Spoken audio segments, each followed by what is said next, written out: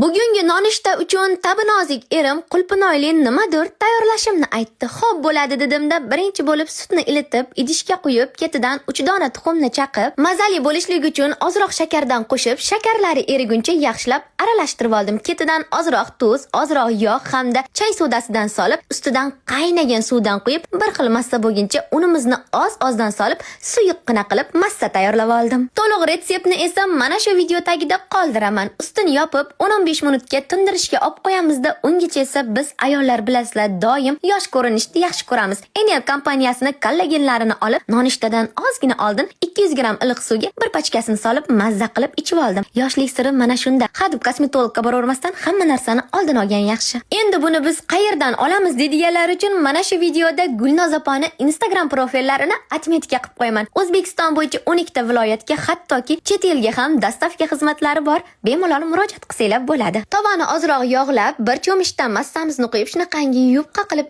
ikkala tomonini qizartirib pishirib olamiz. Ichiga solishlik uchun xohlasanglar qulpinoy, xohlasanglar banan yoki kividan ham foydalansalaring bo'ladi. Men qulpinoydan foydalandim. Mayda qilib kubik shaklida to'g'rab, ichiga o'zimiz yoqtirgan sug'ushoniy molokomizdan quyib, yaxshilab aralashtirib chetga olib qo'yamizda, bilinchiklarimizni olib, o'rtasiga tabga ko'ra solib, o'zimiz bilgandek qilib bilinchiklarni mahkam qilib o'rab olamiz. Bolam hech narsa yemaydi, hattoki nonushta ham qilmaydi deydigan onajonlarimiz, albatta farzandingiz uchun tayyorlab bering, ham foydali, ham yoqimli. Ana endi baho beringlar-chi, yoqsa kommentariyaga 5, yoqmasa 2 qo'yib ketaverasizlar, xafa bo'lish yo'q.